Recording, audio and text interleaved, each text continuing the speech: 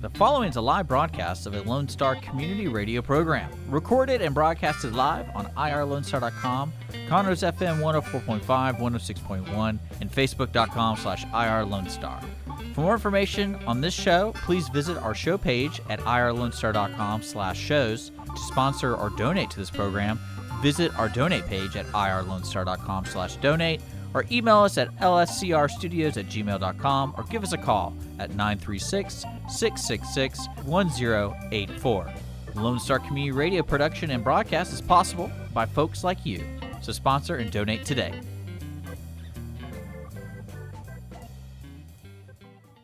You are listening to Lone Star Community Radio on 104.5 KCZW LP Conroe and 106.1 KZCC LP Conroe, and worldwide on irlonestar.com. Well, good morning, ladies and gentlemen. You're listening to the Weekly Business Hour, and this is Rick Schissler. I'm your host. I'm a Silver Fox advisor, as well as the founder of OneBestConsult.com. Well, I'm glad you've taken an opportunity to listen to today's show, whether it's live or later on our video cast, because we're going to have our final soup to nuts conversation with Brad Merkel about leadership. And I really think Brad has a lot to offer for all of us that lead a business, which would include those who don't have any employees, because you're still a leader. So I hope you will listen to part 3 of that coming up shortly. Well, the Weekly Business Hour, I'm glad to say, this is where Montgomery County, where we're coming to you from in downtown Conroe at the station Lone Star Community Radio. This is where we gather once a week between 11 and 12 every Monday to talk about business, everything about business. We discuss ideas. Our guests bring ideas that might improve your business, and we ask that you can be part of that conversation. Join the conversation that can make a real difference in your business. Also, I want to remind you, if you're listening to the show live this morning, that you can watch as well as listen to the show. Simply go to YouTube or Facebook and look up the Weekly Business Hour channel, and you'll see there's a button there. It's fairly obvious. You click on it, and you'll be on Facebook Live with us, or YouTube the same. So check us out. Watch as well as listen to today's program. And today's program, I'm happy to say, is sponsored by Closing Strong, LLC. Closing Strong with Keith O'Connell. Keith founded this organization.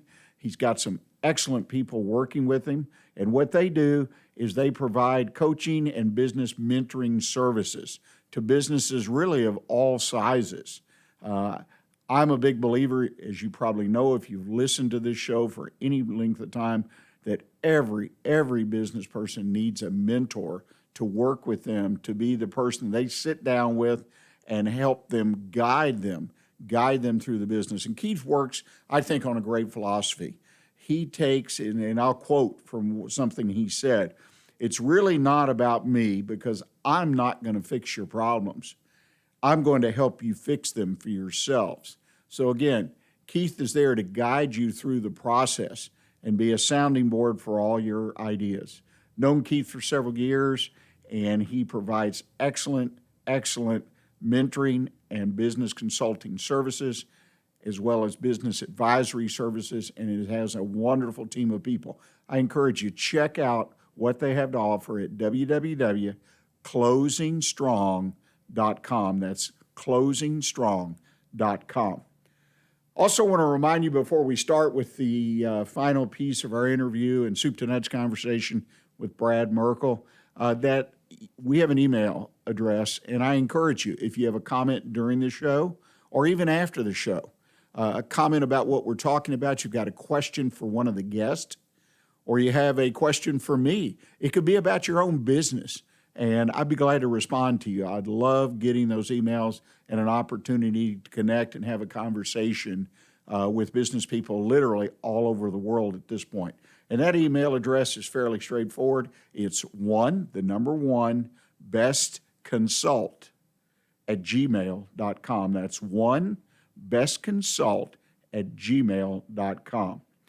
Well, let's get right to the interview then. Our soup to nuts conversation, part 3, the final part of what I think has been a wonderful discussion about leadership, because Brad his title really says it all very succinctly. Intentionality, leading on purpose. Point being, to me, the main overriding point is you need to be a leader in your business. Most of us know that, but you have to lead intentionally. You have to have a purpose. And Brad offers a lot of information, but he digests it down to some simple rules. He's got a great model, the 5 pillars of intentional leading. So we're going to talk about that a little more today. So I hope that you will take a moment and listen to us. And at the end, I'll be back, and we're going to summarize the interview, the entire soup to nuts, with Brad Merkel. So take a listen, and I'll be right back with you.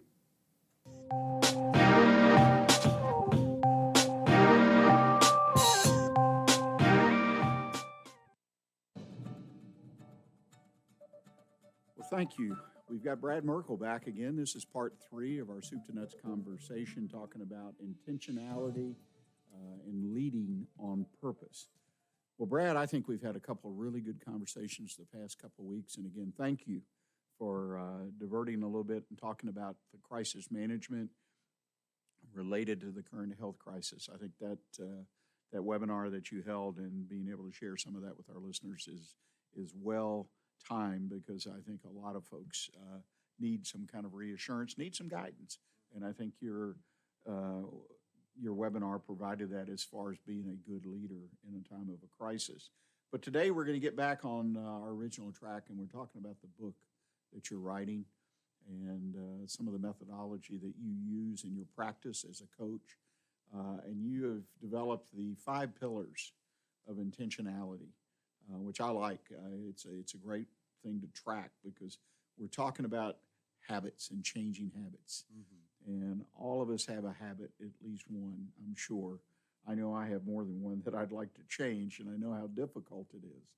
So let's jump right in and talk about that, so that we can help folks that are listening who are leaders to be able to more effectively focus, as you say, and prioritize their agenda, their leadership agenda. And that, to me, is so, so important in being successful. So we've got 5 pillars. Let's start. We got integrity. I noticed they were all eyes too. What's about that? What's the eyes? Tell us about it. It just happened. What I was really looking to do is create as I mentioned, I think on one of our previous discussions, create a model that would help to deal with the most common leadership challenges that my clients were facing. And as I really thought through that and kept inventory of some of those challenges, I came up with 5 challenges that were really internally based, and then 5 challenges that were more externally based in terms of how they showed up with your people and with your teams. As I worked through them, I could find that there was a connection between the internal behavior and the external challenge, if you will. And as I worked through that, I came up with this model with the 5 pillars. So they do start with I's. So it's integrity is the first one, and then we have initiative, which is the verb initiative, in terms of getting things done, creating momentum in your organization. Then we have impact, which is about working on the right things, making sure that the things that are your organization and you as a leader are doing are creating impact in the world. The 4th one is influence, which is something that we all need to do as leaders. It is really the way that leadership occurs is through influence. And then the last one that I talk about, which is so needed in today's world, is innovation, and how leaders develop an innovation culture in their organization. Well, you cover the waterfront there, and again, the 5 I's, okay? Mm-hmm. Well, I think you probably have a lot of fun with that. But let's jump in and get a little more detail. The first one, if you will, is integrity. And in the visual that we have here in the studio, and if anyone's listening and would like a copy of this, please let either myself or Brad know. At the end of the conversation, Brad will give you his contact information, and I provide it throughout the show. But if you'd like to see some of this information, because I know I'm a visual person, so it's available, I would assume, to share. But integrity, okay, the first I, integrity. Let's talk about that, because you've got I guess, a base and then a top on this of communication and accountability. So kind of give us a synopsis of that and what it means. Yeah, so there's a great piece of work on integrity that was done by Werner Erhard and Michael Jensen, and I had the chance to go through some training in that regard. And the way that what I learned from that is that integrity, and I worked in an organization that where integrity was part of our core values, or my entire career. So I thought I had a good understanding of it, but in reality, Erhard and Jensen look at integrity as a functional model, as really a function. So it either works or it doesn't work. And what I reflected on is that you can have an organization that believes in integrity as a virtue. So people will, for example, strive to be honest and ethical and so on and so forth. But in that same organization, you can have people who actually don't practice integrity at all. They may show up late for meetings. They may not show up at all. They don't deliver what they say they will deliver. They don't deliver it on time. And so those are breakdowns that we have. And so what I've found is there are two keys to sort of managing that with your team as a leader. And the first is in the way that you communicate. And the second is the way that you implement a system for accountability. So I can chat a little bit about that. Well, accountability's sort of self-explanatory in itself, but I'm curious, and communication is for all fact, but I guess the first key point is you've got to bring it all together, right? The communication, the accountability, the integrity. Yeah. I'm a little curious, though, and you mentioned the two individuals you work, is integrity is a functional item, but I'm sitting here and I've got a business and I say I've got 30 employees and I'm trying to be the best leader I can because I want to build a really successful business and have good people and all the right things. But integrity, how do I build that pillar? Because I'll have people from different walks of life working in different jobs, from, say, the guy that is the janitor all the way up to the guy that is my controller or whatever, different qualities of background and education and qualifications. And now I want, which I think is important, I want to focus for a moment on integrity. Right. How do I make that happen? Yeah, it can be a real challenge because everyone brings a different interpretation of what integrity means to them, right?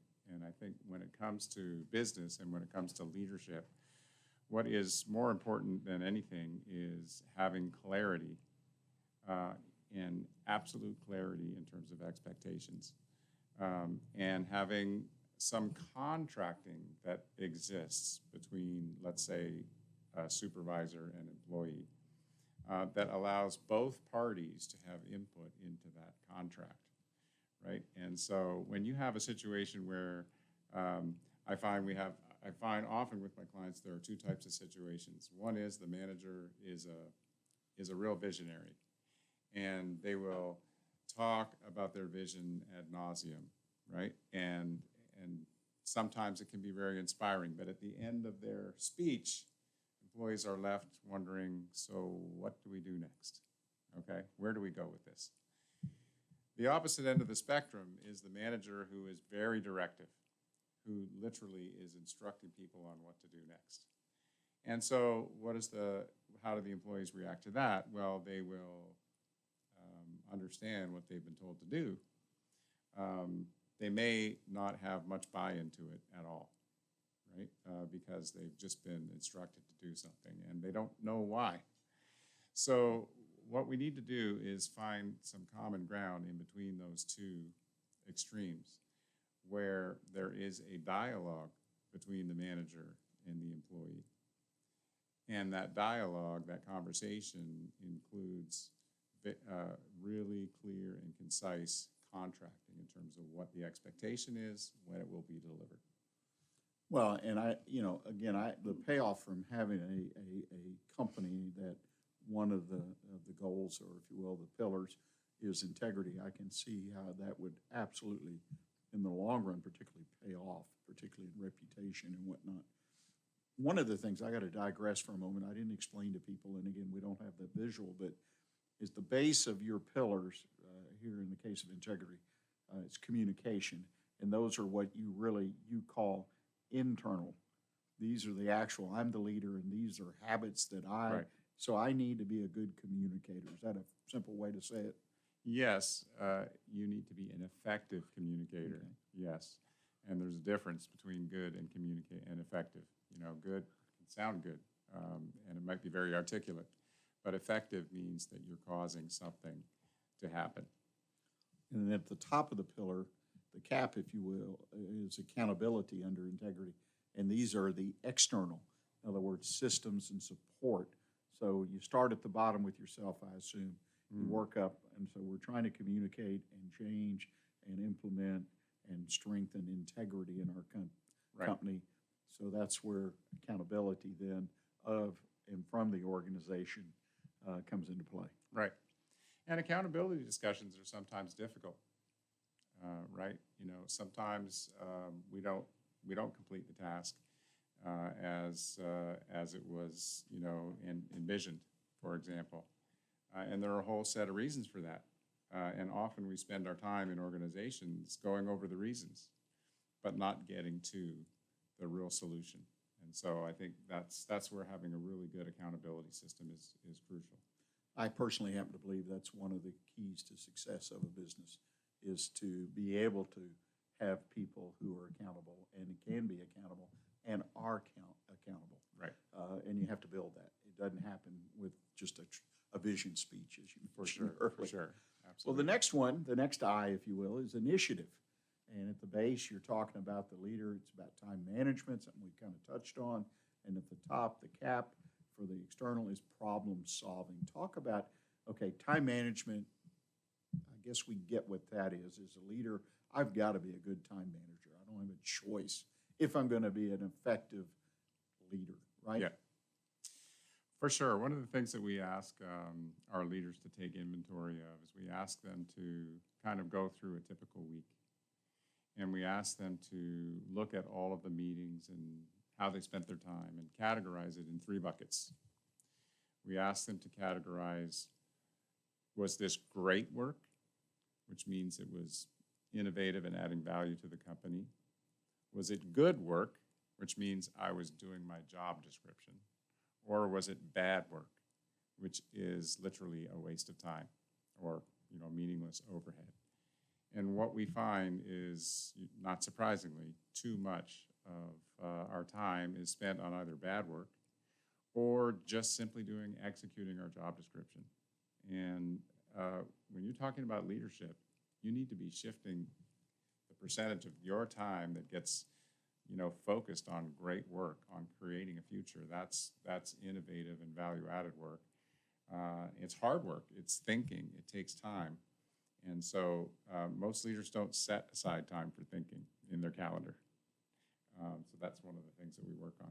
Yeah, and that makes so much sense. So now we've got the pillar of initiative, people taking initiative, if you will. That's one use of it. So we're at the top, we're trying to build systems of problem solving. How does that work?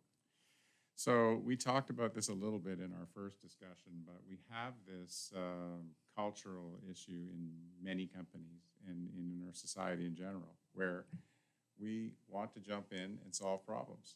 And as a leader, jumping in and solving problems is not usually your job. So we focus with our leaders to do a couple of things, to ask questions like, why am I invited to this meeting? Or do you need my authority in this meeting in order to move forward? And so this becomes a couple of ways of leaders stepping back a little bit and encouraging their people to actually solve problems themselves, bring them solutions as opposed to bringing the problems to the leader. Well, and excuse me, you gave an example in our first program, first part of our discussion, about the individual who jumped on customer service issues like many business owners do. Particularly, I think if they're engaged, they do because it's the lifeblood and they get it. Right. But then they bring a reaction that is basically becomes negative or counterproductive. Correct. And it's so important. So I think obviously having the initiative, problem solving, the more people you can teach, and you're all the way down to the janitor in my example. The janitor has issues that come up. Can they find a better cleaning solution, whatever it might be, in solving problems to give us a better, cleaner work environment? I mean, and their ability to do that. So it's a trait, if you will, that you want your company to be really good at, and I get that. The next one, the next I is impact. Now that's interesting to me as a leader. I want to be impactful, right? Or I should. I mean, that's why I'm there. I want to have impact. Sometimes it's not the right impact, but I want to have impact. Let's talk about that. You talk about prioritization, which to me is at the base for the leader to work on as a leader, to prioritize, which is kind of folds into time management. Not necessarily. I distinguish it from time management in that time management for my leaders, for any leader, really has to be how they themselves are managing their time to have maximum impact. But when I think about prioritization, you're thinking about setting priorities for the whole organization. And what I find is too often there's just simply too many priorities. We have initiative overload happening in every organization at every level.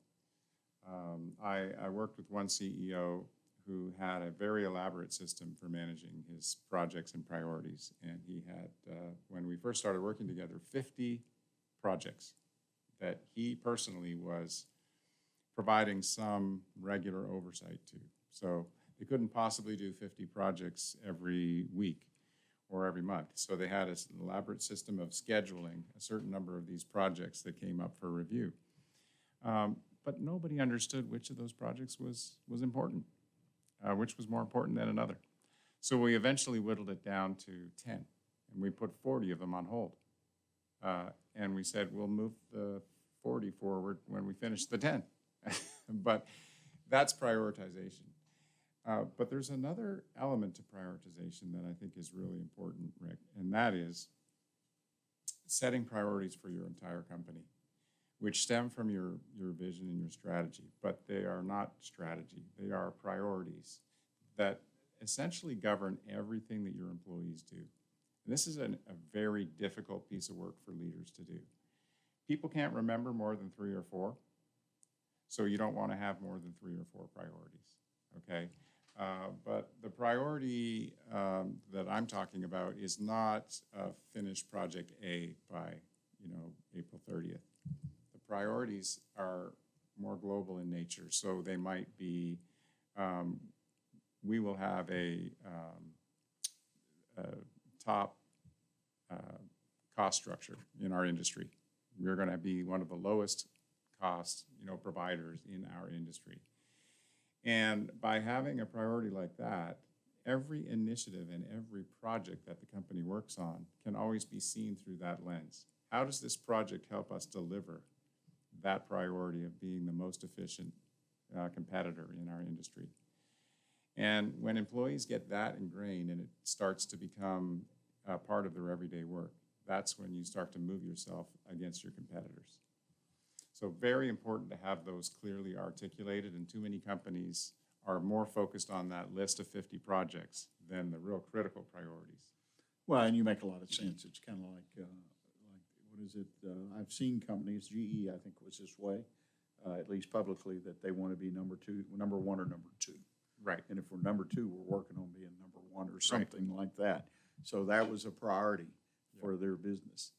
I think the Chinese as a country have adopted, apparently, it's been reported, a similar thing in what they do, which is on a scale that's just unbelievable. But the idea that I do that in my little 30-employee business, that I have a priority of where I'm generally taking the company, I think that's important. Yeah. Those are the kind of things you almost want to print up and put them on the wall or whatever. Exactly. So everybody is on that page realizing we're pushing to those priorities. Delegation, that's the end cap, as I call it, or the top cap. Yeah. So in order to have that impact and in a positive way impact my priorities as the leader that I have set, we've got to be able to delegate. That makes so much sense. It makes perfect sense, and it's how organizations are designed. I mean, they are designed with hierarchy in general and with clear job descriptions and so on, yet we find ourselves too often as leaders being pulled into someone's else's job description. And so that's one of the things that we really try to get clear on, is how do you work at your pay grade? And constantly ask yourself when you're presented with a problem or a situation, is this, in my pay grade to solve, or is there somebody else in the organization who's better positioned to solve this? That's a tough question because we have a natural desire to jump in and help. One of the things, one company that I worked with had such a customer service orientation that they brought that same orientation to the way they dealt with each other inside the company. In other words, if someone asked for something, everyone wanted to jump in and do their best to help that person, right?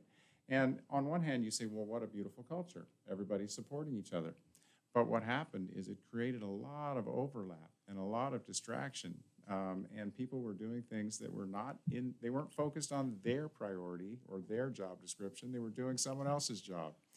And so you need to get really clear and enable people to say no. That's tough. Boy, that's a discussion in itself, isn't it? Right. Teaching oneself to say no, but so important. Yep. Well, next up, influence. We all want to have influence as a leader. Obviously, we want to be influential and bring influence to the table. And at the base, you talk about preparation and how that is so important to developing influence. Let's talk about that a little bit. Yeah.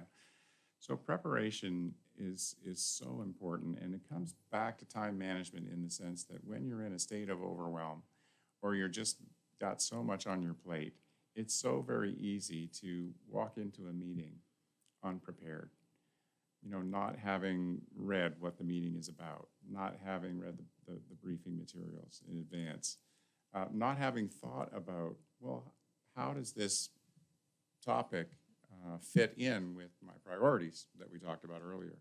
And if it doesn't fit in with my priorities, how should I address that as a leader? What questions could I ask this group? And then coming into that meeting fully prepared to have an influence, to influence the group in the direction that is needed. Too often we find ourselves just reacting in the meeting, coming in as a leader and seeing something and having questions and firing questions off and asking, what about this, what about that, testing. But we actually could have done a lot of that preparation and been much more impactful and much more influential throughout by having our messages prepared in advance. Yeah, and that goes back to me to the basic preparation to do your work on a daily or weekly or monthly basis. And, one of the things that I always admired about Winston Churchill, based on what's been written, is how he prepared his speeches, which was a main priority with him. That was his ability to deliver that message to the country in a crisis time. But he spent hours practicing, changing, and so if you don't get it, preparation, and it paid off. Yeah, because he was able to lead, apparently successfully, from everything I've ever read, right, or very successfully lead, in that case, a country, which happened to be his business. But it's always there for preparation. Mm-hmm. And top listening, we're back to listening again. Yeah. We need to teach a class on effective listening. I'm telling you, this is important. We do, because influence only happens when you're listening, right? People misinterpret that a lot, and they think that, if I'm the leader and I give instructions, then I've influenced people. No, you haven't. Influence only happens when you listen first, and you truly understand and put yourself in the other person's shoes. And so one of the things that I work with my leaders on is actually how to be quiet, which is very hard for most managers and most leaders. One of the things that I challenge them to do when I first start working with them is, every meeting you go into this week, I want you to be quiet for the first 15 minutes. Don't say anything.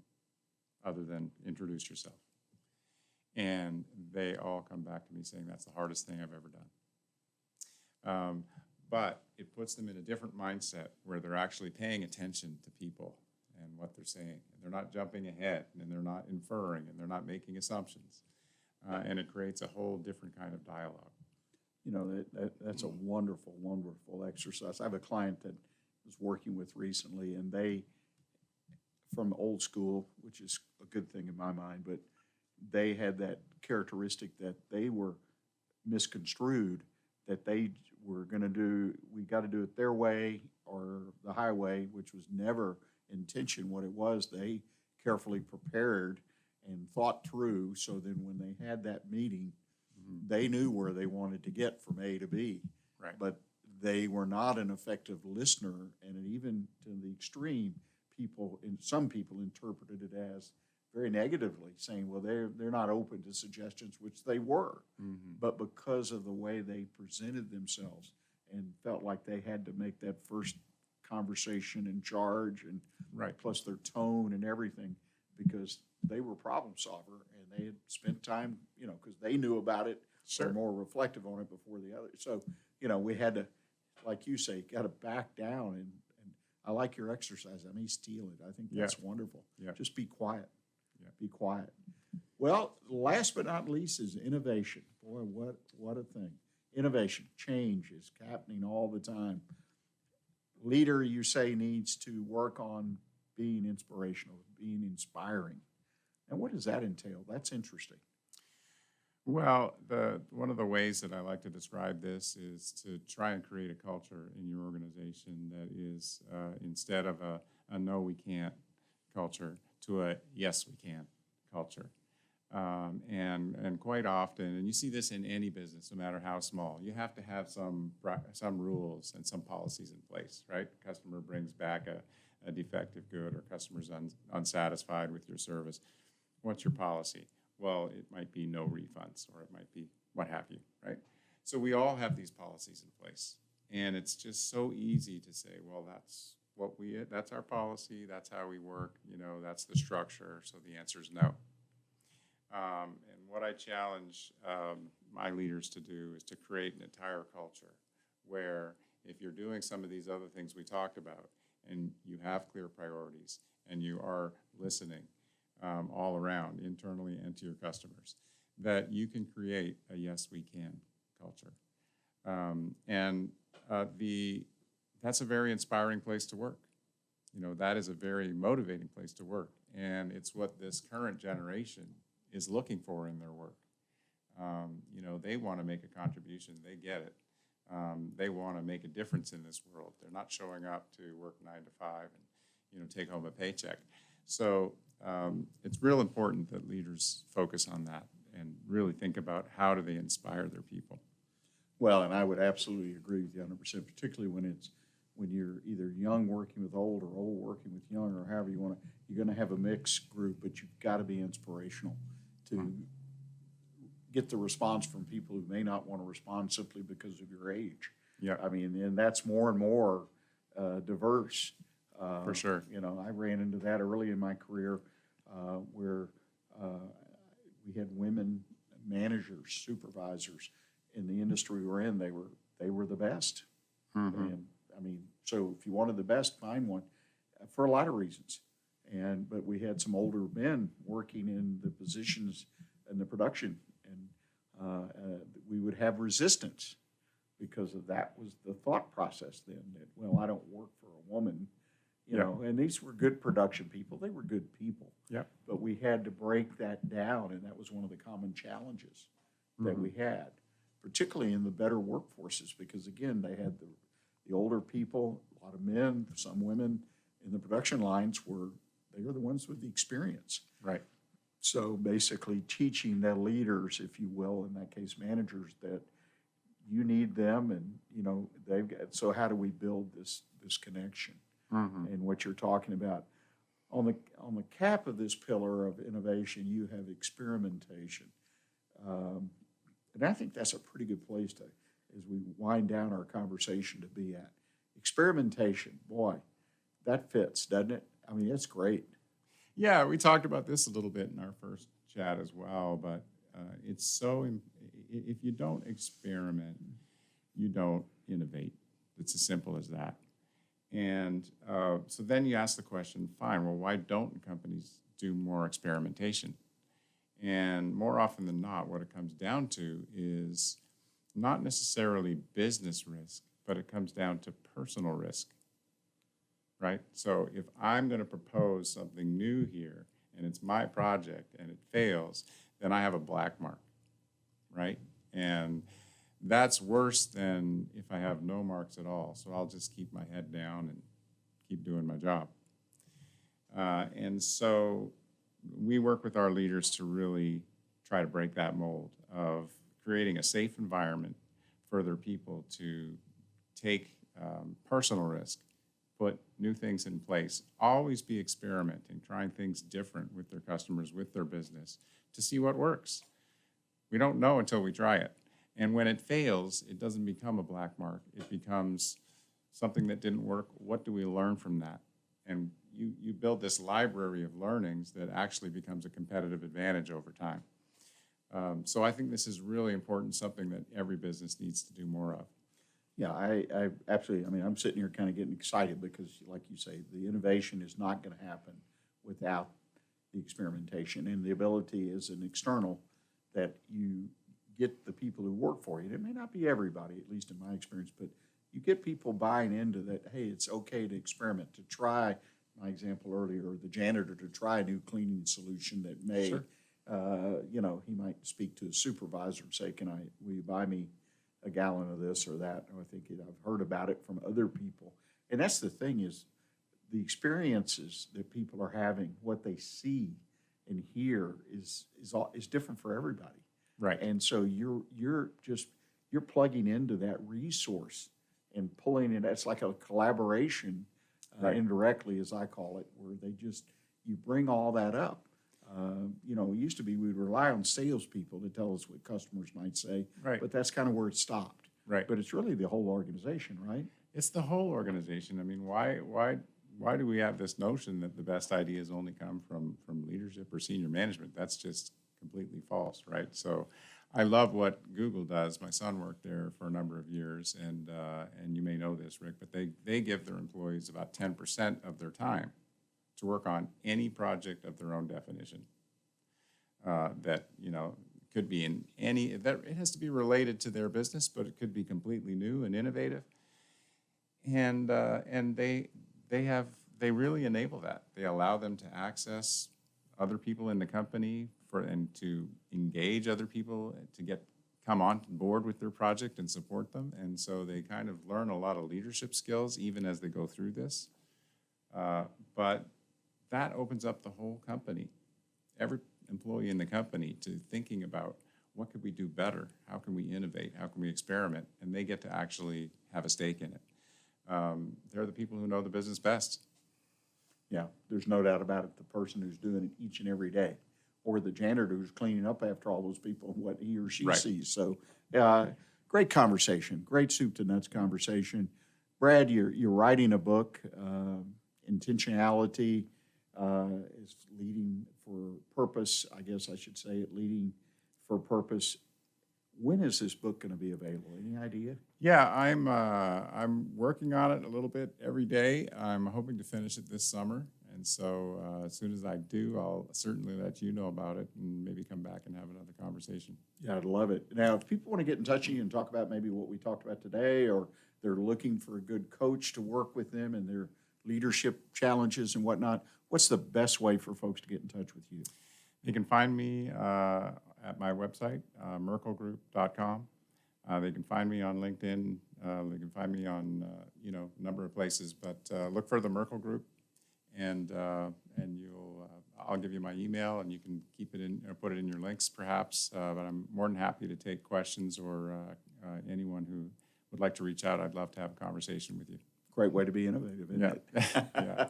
Thank you so much. Enjoyed your presence. And ladies and gentlemen, that brings us to the end of our Soup to Nuts conversation about intentionality, leading on purpose. I think that's a great, great observation. And I look forward to seeing your book, Brad. Thank you again so much. Thank you, Rick. Much appreciated.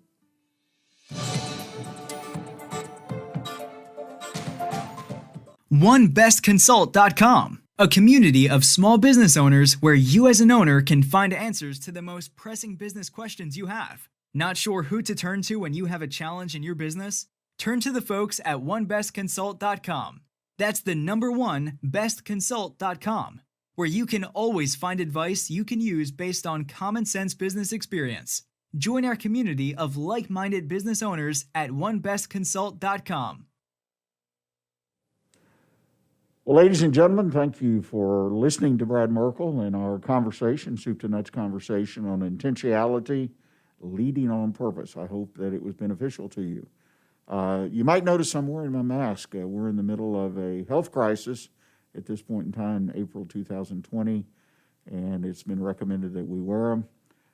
I just wanted to see you to see and me to see how it looks on the radio. Kind of an interesting device, but it makes it really hard to work the program if you want to know the truth about it. So I'm going to remove my mask. I want to summarize just a minute because we just finished this soup to nuts conversation with Brad about leading intentionally on purpose. And I think what's important in my mind to all of us in business today, especially those of us who own and or lead managed businesses, we're all leaders. And Brad pointed it out, I believe, in our first segment that we did a couple weeks ago. You really are expected as the leader of your business to set a clear strategy and direction for the business. Now, to me, that's a given, but it is so, so important today as we as a business community, we as a country evolve, if you will, out of this crisis, because some things are going to change. Nobody can forecast what exactly is going to change, but I think you're going to see a lot of change in how we do business, how your business does business. Now, you can stay the same, and you cannot evolve, and it may or may not harm your business. But there's going to be lots and lots of opportunity. There already is opportunity for those who do evolve and are willing to change their businesses up so that and ultimately will make it more efficient, and most importantly, that it'll appeal to the market that you're trying to reach. People will want to do business with you. Brad pointed out that there are 5 pillars of intentionality. And in his upcoming book, same title, Intentionality-Leading on Purpose. I want you to look for that book. It'll be out this fall because he walks you through the simple steps that you need to check off again in your business, not only with the principle such as integrity, initiative, impact, influence, and innovation, the 5 I's, if you will. He gives you the action plan of how to bring that into your business. And again, if you're listening and you're a solo entrepreneur, it's only you. It's still, you're a leader of your business. You've got customers, you have vendors, you have others that you do business with or that impact your business, your family. If this is your only source of income, you need to be that leader. And I encourage you to re-listen if you get a chance to the interview with Brad. And most importantly, look for his book this fall, Intentionality, the 5 Pillars. We're going to take a short break, and when we come back, I'm going to offer you our One Best Consult tip of the week. Our tip this week is, we have a crisis. How will you lead your business out of it? So I hope you'll stay with us, and we'll be right back with you.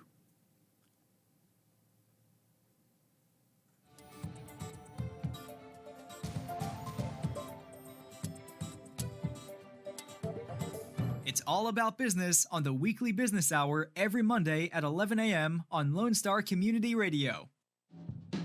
Don't miss Lone Star Community Radio on TV and YouTube. Our talk show and music shows are featured on Our City TV, Suddenlink Channel 12, and have their own YouTube channel. Make sure to subscribe to keep up with posted shows and comment on them below the video. Statistics show that 1 out of every 6 Texans struggles with food insecurity and hunger. And many people don't eat enough fruits and vegetables every day. The Better Living for Texans program is here to help you learn how to make healthy menu choices, save money at the grocery store, prepare quick and delicious meals, get more good nutrition in your day, and get more physical activity. Classes are fun, friendly, interactive, and free, and taught in English and Spanish. We are Texas A&M AgriLife Extension, helping Texans make their lives better. Hi, I'm Keith O'Connell, CEO coach and business mentor. I've spent 4 decades helping multiple entrepreneurs use my principles to take their businesses to the next level. My methods do not fix your problems, they help you fix them for yourself. I call this process Closing Strong. Contact me at 713-557-1639 or visit my website at closingstrong.com for a risk-free 30-minute meeting to see how I can help you. Because a business can only go as far as its leader can take it. The Texas A&M AgriLife Extension Service has been dedicated to educating Texans for over a century. In 1915, the Extension Program was established under the federal Smith-Lever Act to deliver university knowledge and agricultural research findings directly to the people. Ever since, AgriLife Extension programs have addressed the emerging issues of the day, serving diverse populations across the state. Texans turn to Extension for solutions in horticulture, agriculture, 4-H and youth, and family and consumer sciences. Extension agents respond not only with answers, but also with resources and services that result in significant returns on investment to boost the economy. Join us Fridays at 1 o'clock for the AgriLife Extension Hour. For business ideas and news you can use, join us on the Weekly Business Hour every Monday at 11 a.m. on Lone Star Community Radio. Well, welcome back. You're listening to the Weekly Business Hour, and this is Rick Schissler. I'm your host. I'm a Silver Fox advisor as well as the founder of OneBestConsult.com. Before we get started, I want to thank our sponsor again, Keith O'Connell, who has the organization Closing Strong. If you're thinking or looking for a business mentor, a business coach, I encourage you to check out these folks at Closing Strong. Got a good group of people with years and years of experience. Keith himself has over 4 decades of business experience working with all different sizes of business.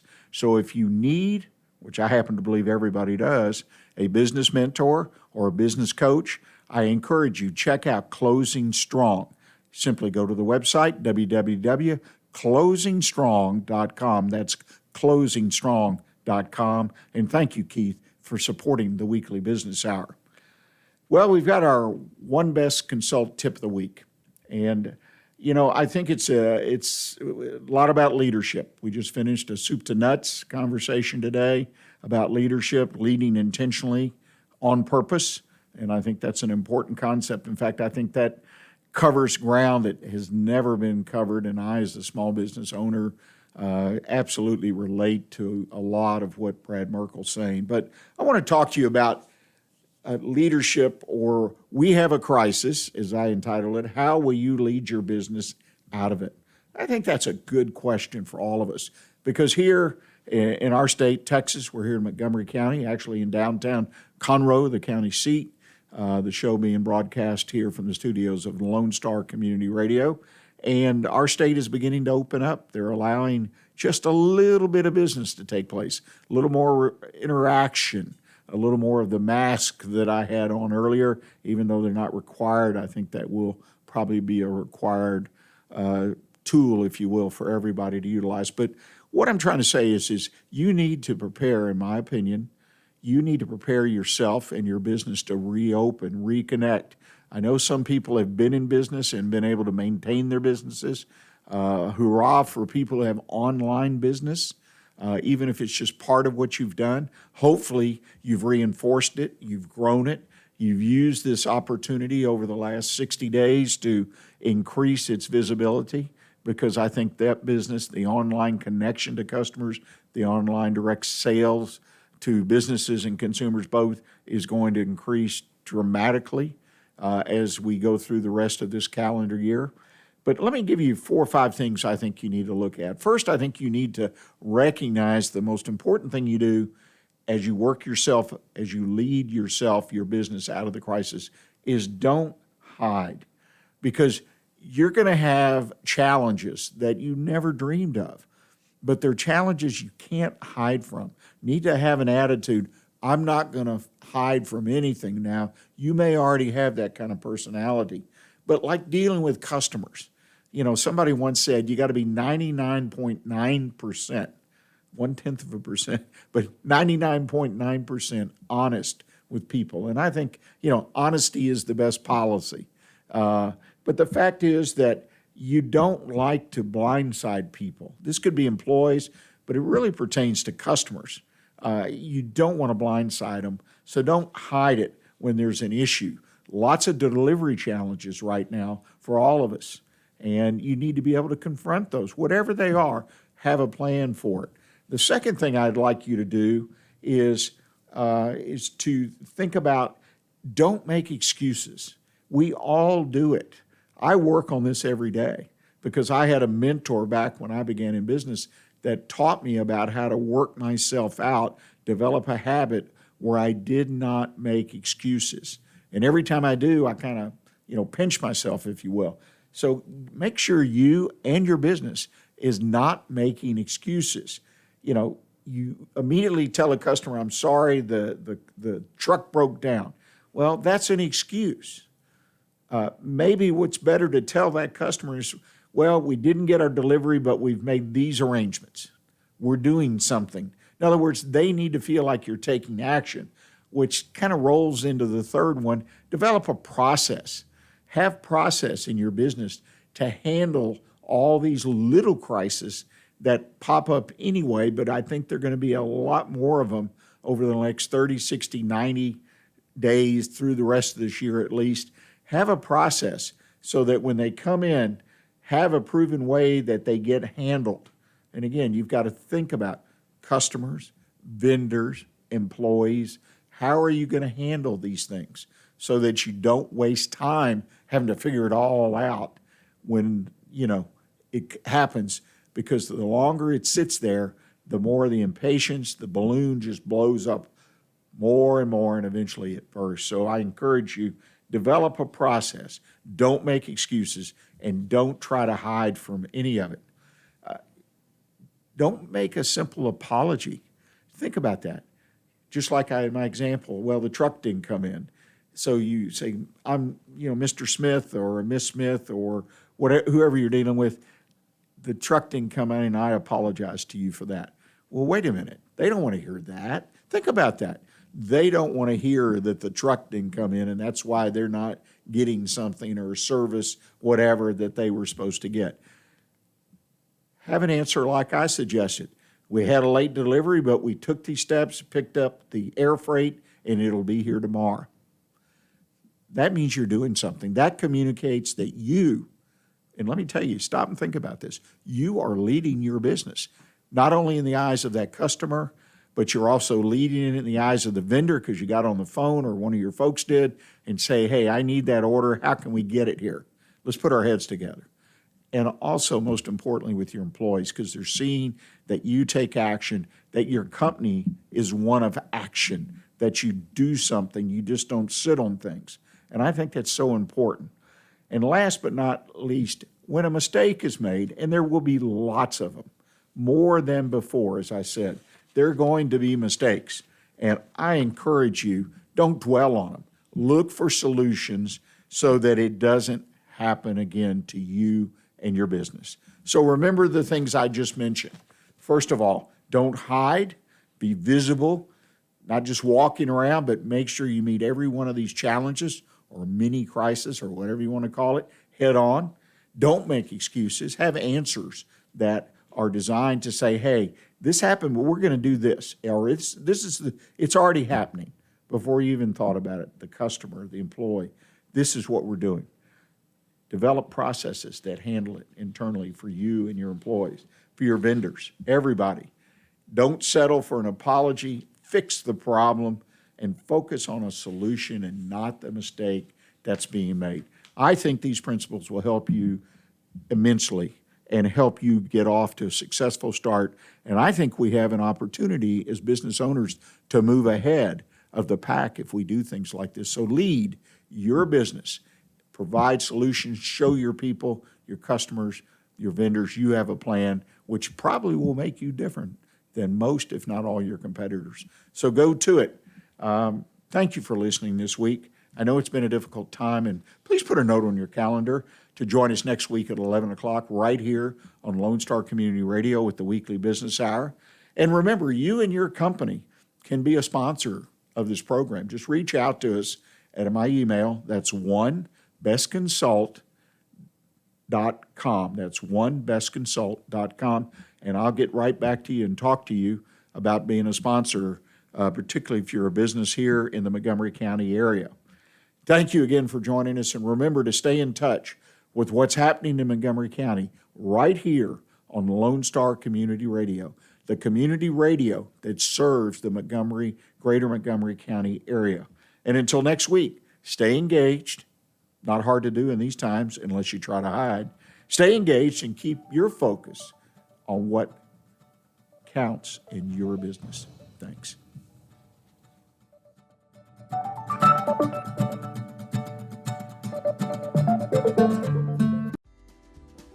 Today's show was recorded and broadcasted live on irlonestar.com, Conroe's FM 104.5, 106.1, and all rights and ownership are reserved to Lone Star Community Radio. For more information regarding this program and Lone Star Community Radio, visit us online at irlonestar.com. Lone Star Community Radio is Montgomery County's community radio station, serving the community with local programming on TV, radio, and online. If you enjoyed today's program, please support us by sponsorship or starting your own show. Contact us today by phone or text at 936-666-1084 or email the station at lscrstudios@gmail.com.